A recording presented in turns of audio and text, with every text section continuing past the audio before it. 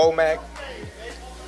I want to thank Red, Saul, Chet, Bernard, Dr. Conroy, Steven, Paulina, Shakur, Denise.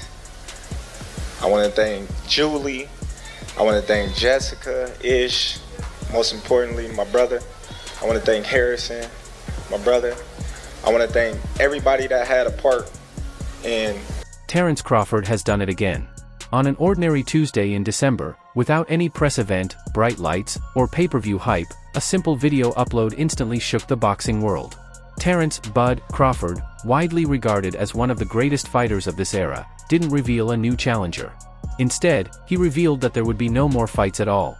Standing at 42-0 and coming off the biggest win of his career, Crawford has officially decided to walk away from the sport and retire. Breaking news in the boxing world. Terence "Bud" Crawford confirmed his retirement from professional boxing in a social media post and video, saying he's walking away as a great with nothing else left to prove.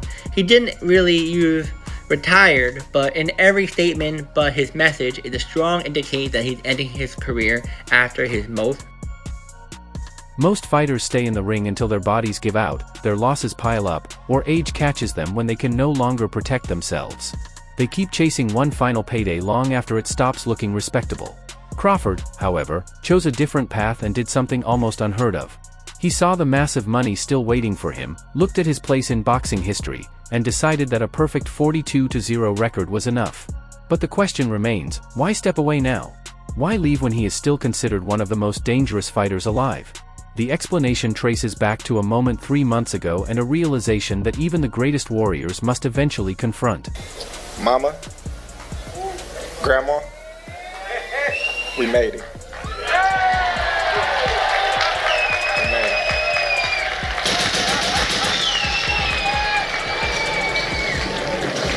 You know,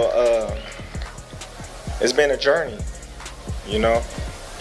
It's been a journey. I remember like it was yesterday, I went to quit boxing. You know, it was getting to the point where I didn't enjoy it no more. I didn't love it no more. And Bomac, you know, he always, hey, don't worry about it, man. Just keep going. It's gonna all pay off one day. And I'm like, man, fuck boxing. you know, but them having the faith in me and keeping me on the narrow arrow, you know, is what y'all see today. The announcement arrived on December 16, 2025, through a simple YouTube upload titled "Walking Away as a Great with Nothing Left to Prove," and the words alone sent shockwaves across social media before anyone even hit play. For 5.5 minutes, the boxing world watched a reel of dominance and triumph, from the hard gyms of Omaha, Nebraska, to the bright glare of Las Vegas lights. But it wasn't the fight clips that held people still, it was the voice behind them. Crawford didn't sound bitter or fired up. He sounded calm, almost unsettlingly so, as he delivered a line that will likely echo for decades: "I've made peace with what's next." For a man whose identity was built on breaking opponents and quieting critics, admitting peace marked a profound turning point. He made it clear he had given boxing every breath, every scar, and every piece of his heart, and this wasn't surrender. It was a graduation.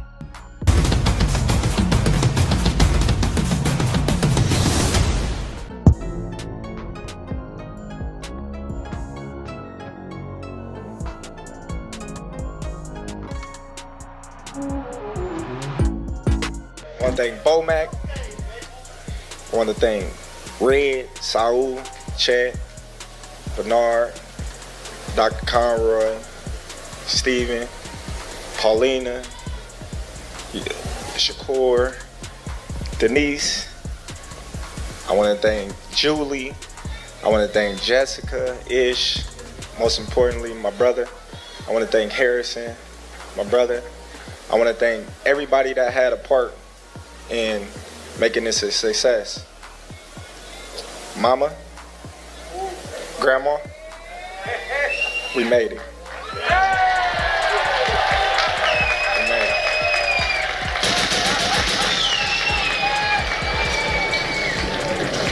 it. You know, it's been a journey, you know? It's been a journey. I remember, like it was yesterday, I went to quit boxing. You know, it was getting to the point where I didn't enjoy it no more. I didn't love it no more. And Bomac, you know, he always, hey, don't worry about it, man. Just keep going. It's gonna all pay off one day. And I'm like, man, fuck boxing. But them having the faith in me and keeping me on the narrow arrow, you know, is what y'all see today. You know, because without them, I wouldn't be up here right now. Bernard Davis. I can't thank him enough. Rosendo Robles. I can't thank him enough. To fully grasp this decision, you have to go back to September 13, 2025, the night that shifted everything. When Crawford put his name on the contract to face Canelo Alvarez, the criticism came fast and loud. Many questioned the move immediately, arguing that Crawford was simply too small to take on a fighter of Canelo's size and power. When they ask him for the Germonta fight, they don't want to get credit for that fight. It's the same for me. I don't need to take that fight because everybody's gonna say it's too small, and then, you know, he needs to enjoy his fight. They claimed moving up 2 weight classes to challenge the face of boxing at 168 pounds was nothing short of a suicide mission, insisting that his flawless 42-0 record was finally about to be wiped away. I think it's a ridiculous fight myself. I think that Crawford is too small. Canelo is, in my opinion, the face of boxing right now. I think that look at his resume. I think it's a good fight for a little while. Crawford's hand speed will, just like when Golovkin fought Kell Brook, the hand speed was evident at the beginning of the fight. But as the fight goes on, Canelo's going to start pounding on him, and I think that the fight ends somewhere between the 9th and 12th round. You really think because of the size difference, he can stop Crawford? Well, absolutely. I think that anything Canelo hits him with is going to hurt him. He won't be able to catch him early because, like I said, the speed and the foot speed and the hand speed. And Crawford's a heck of a fighter at his own weight. 54, when he fought Madrimov in his last fight, showed us that he can't really, the weight makes a difference. I don't care how much weight he gains and how much he does to try to get up to that level, 168. Instead, Crawford delivered a masterclass performance. He didn't just survive against Canelo, he dominated him, capturing the undisputed super middleweight crown. In doing so, Crawford became the first male fighter in the four-belt era to hold undisputed titles in 3 separate weight classes, an achievement that borders on statistical absurdity. This is the kind of milestone that doesn't just secure a Hall of Fame spot, it places you in the conversation for the greatest athlete of all time. Once you've conquered that peak and claimed the king's crown, what is left to chase? Taking on a mandatory challenger for a fraction of the payday would feel like a step backward. Economically, retiring now means Crawford is walking away from an enormous sum, generational wealth that most people can barely fathom. After the Canelo victory, speculation ran rampant, talk of a massive rematch that could net $50 million, or even a return to 160 pounds to pursue a 4th undisputed title, something no one had ever done. Terence Crawford is reportedly set to vacate his titles in the 168-pound division and move down to 160 to face Cuba's Erislandy Lara. This would be a huge move for Crawford, aiming to become a 6th division world champion. If this happens, Crawford will face a tough challenge against Lara, who's the WBA champion and has experience fighting at 160 pounds. This fight would be one of the most anticipated of the year, and boxing fans are eager to see the outcome. Crawford has shown incredible skills at 168, and now he's looking to bring the success to a new weight class. Will he succeed? We'll have to wait and see. Then came the circus factor. You know the names, headlines floated the idea of a crossover showdown with Jake Paul or other influencers, fights that carried minimal risk but promised 9-figure paydays. For most people, the lure of 1 or 2 easy fights to cash out would be almost impossible to resist. By choosing to step away now, Crawford is sending a message rarer than his jab. His legacy outweighs his bank account. He's shown that he's no longer in the ring for money, he fought for respect, and now, finally, he has all of it. Oh, man. Hey, look. Terrence lands, Palm Springs. Never heard of him. Brother-in-law goes out and picks him up. Straight to the gym. Because if this work ain't good enough, we got a red eye for him. We'll go back home. I walk in. I see him off in the corner. I'm like, who is this dude, right? Get in the ring with him. My team is right here. This dude is by himself. He came to my corner to get water after every single round. First round goes, I'm like, all right, let me see what he knows. I make a move, boom, I get hit. I'm like, damn, okay. Let me get a little bit serious with this man. Let me see if he lay down. So I turn it up, bing, bing, bing, bing, bing. He's like, bing, bing, bing, bing, bing, bing, bing, right back. And I'm like, ooh, okay, he got something, right? But then I would raise it another level. And then it's an all-out fight. But he right there hanging with me. Every time he's right there. I was supposed to go 6 rounds that day. I only went 4. Ooh, man, I'm like, who are you, man? I'm Terence Crawford. And I look at him, I go, bruh, you ain't no sparring partner. You a world champion, man.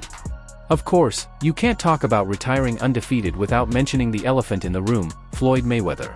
For years, 50 wins has been the gold standard in boxing legacy.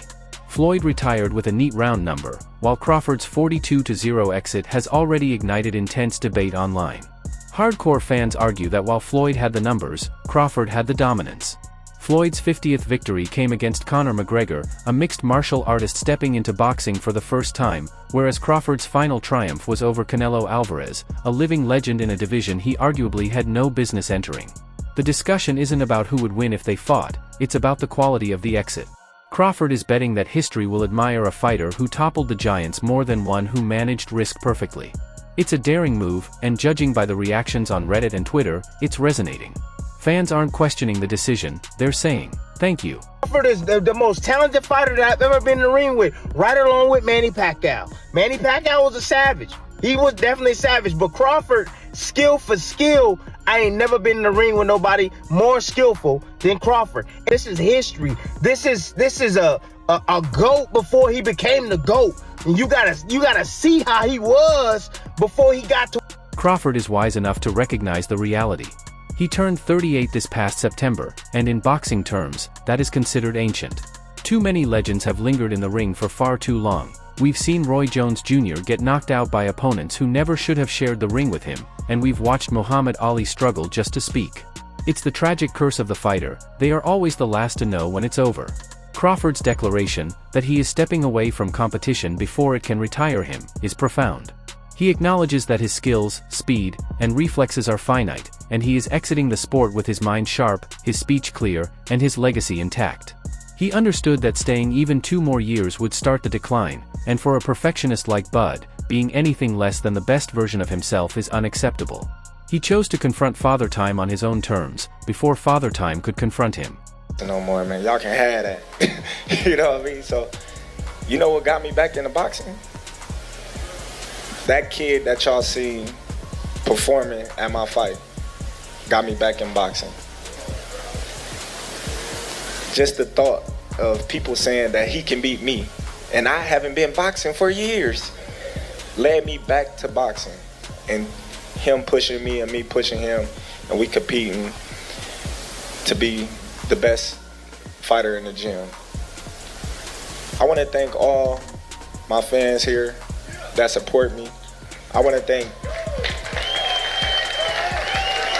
This is bigger than the norm, you know, because I want to thank my urban community. I want to thank my Latin community. I want to thank my white community. And I want to thank my Asian community, my African community. I want to thank everybody, because today you see us all as. One of the most revealing moments in his farewell video was who he chose to thank. He didn't just acknowledge his team, family, or promoters like Turki Alalshik, he also thanked his haters. It might sound cliché, but with Crawford, it's deeply personal. His entire career was shaped by being the most avoided fighter in the sport. For years, big fights were blocked by promotional politics, he was told he wasn't a draw, and that he couldn't sell tickets. That chip on his shoulder became the nuclear fuel driving his career. He needed the doubt, the people insisting he couldn't beat Spence or would be destroyed by Canelo. Now that the world has unanimously recognized him as the pound-for-pound king, that fuel has vanished. The doubters have become believers, and without that friction, without a battle against the narrative, the drive to wake up at 4 a.m. for roadwork just isn't there anymore. This just came to my mind. I got the key to the city, right? A lot of y'all probably don't know, but this is my second key to the city. Let's go, bud! So, that means today my day, right? That's your day. Okay, so, T, you can have that day, all right? The first key to the city is March 4th, the same day as my son. It's a special day, but at the same time, I would never take the light or take anything away from my son, you know, so he can have that day. But tell me, what do this open? Today, whatever you want. Hey, y'all got that on camera? Today, September 27th, anything I want is mine. I don't want to hear nothing. If I go in a restaurant and say y'all packed and y'all ain't got no room, I'm gonna say, today,